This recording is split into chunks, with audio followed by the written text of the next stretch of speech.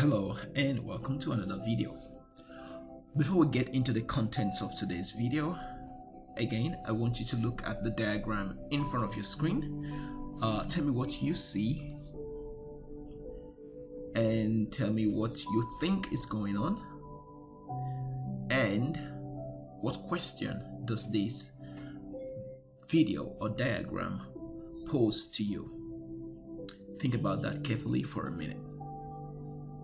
Alright, so let's get into what we have for today's lecture.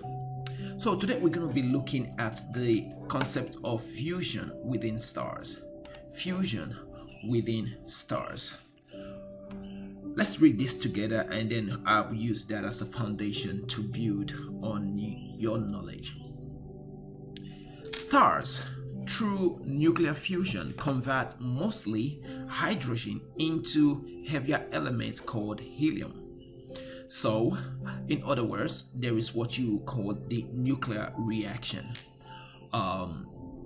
Hence, the diagram that you saw previously was like a nuclear bomb being detonated in a huge city.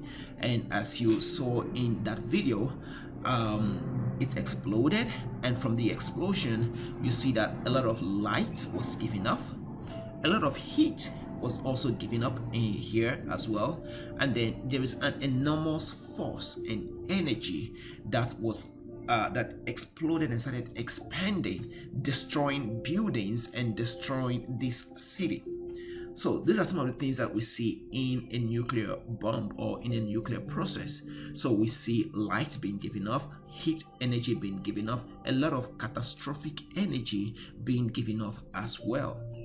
So when you come to the concept of nuclear reaction, what actually happens is that the nucleus of one atom and the nucleus of another atom are being fused together, being merged together.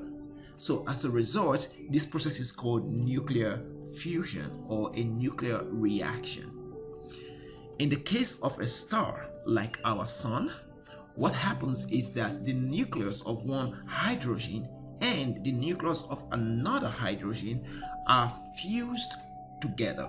Now, I don't want to get into the chemistry of this, but ideally, these two nucleus are not supposed to come together, so it takes a huge amount of gravity and force to push them together and fuse them to become one. So this lighter element called hydrogen is fused together to form a heavier element called helium.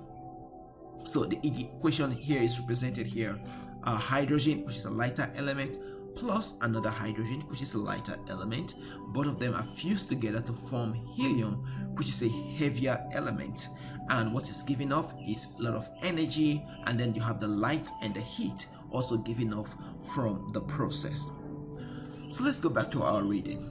The nuclear reaction continues for millions or billions of years, generating the star's energy. So this is how a star like our sun generates the energy that it has. So the light and the heat coming to us on Earth from the sun, they are produced as a result of this nuclear fusion that happens in the core of the star or in the core of the sun. So eventually, when this star, in this case our sun, uses hydrogen as fuel to start the nuclear process, but when it starts to become exhausted on that hydrogen, what happens is that the reaction, the force of gravity within the core begins to expand, and then the star becomes cooler and becomes a supergiant. I know that's a lot of information, but we're going to talk about life cycle and get deeper into what that sentence really means. But here's the key takeaway from this, is that lighter element hydrogen is fused with another lighter element hydrogen, and then gives us a heavier, much heavier element called called helium. And as a result, energy, heat and light is given off from that process. And the name of this process is called nuclear fusion. So let's look at two questions here. Question number one says, in nuclear fusion within a star, lighter elements are fused to produce heavier elements. Is this true or false? Definitely true. Question number 2 says, a star running out of fuel becomes bigger and cooler. Is this true or false? Definitely true as well. Let's look at 3 other questions here. We have all this lovely paragraph here. If you have the time, of course, pause the video and read all of those information. But the main questions here says, identify the nuclear reaction referred to in this passage that combines hydrogen gas to form helium and produce most of the sun's energy. We just looked at that formula, right? Lighter element plus lighter element equals the heavier element, which is the nitrogen. So it's asking us, what is the name, or identify the nuclear reaction. The nuclear reaction, simply put, is nuclear fusion. Nuclear fusion, because one atom of hydrogen and another atom of an hydrogen is being fused together. So it's a fusion. So it's nuclear fusion because it's the nucleus and the other nucleus and being fused together to form that nuclear fusion. So that is the name of the chemical reaction. Question number 2 says, which process produces the largest amount of energy given off by stars? Now, stars produce their energy through the process of nuclear fusion by fusing lighter elements into heavier elements. So option A says nuclear fusion of lighter elements into heavier elements. Option A does sound like our answer. Question B says nuclear fusion of heavier elements into lighter elements. You cannot fuse heavier elements to become lighter. So it's a fusion. You're fusing together. So if it's heavy and heavy and you fuse them together, then it should get even more heavier. So we cannot fuse and still get lighter elements. So option B, out of the way. Option C, radioactive decay of lighter elements into heavier elements. If you are decaying, you should decay to become lighter. How can you decay from lighter element and become a heavier element? Does it work that way?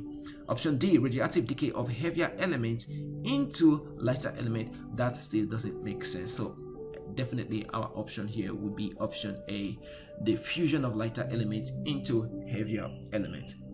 Question number 3 here says, identify the process that occurs within the sun that converts mass into large amounts of energy. So simply put, it's saying what converts the mass of the sun into a heavy or large amount of energy. And again, the answer here will be nuclear fusion, which fuses the hydrogen elements that the sun have, fuses those hydrogen elements together, and then a lot of energy is given off, which was the energy you saw in that explosion that we looked at the beginning of the lecture.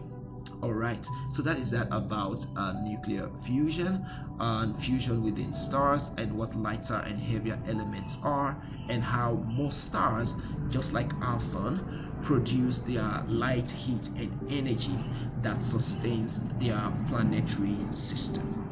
Until our next video, I'll see you. Bye.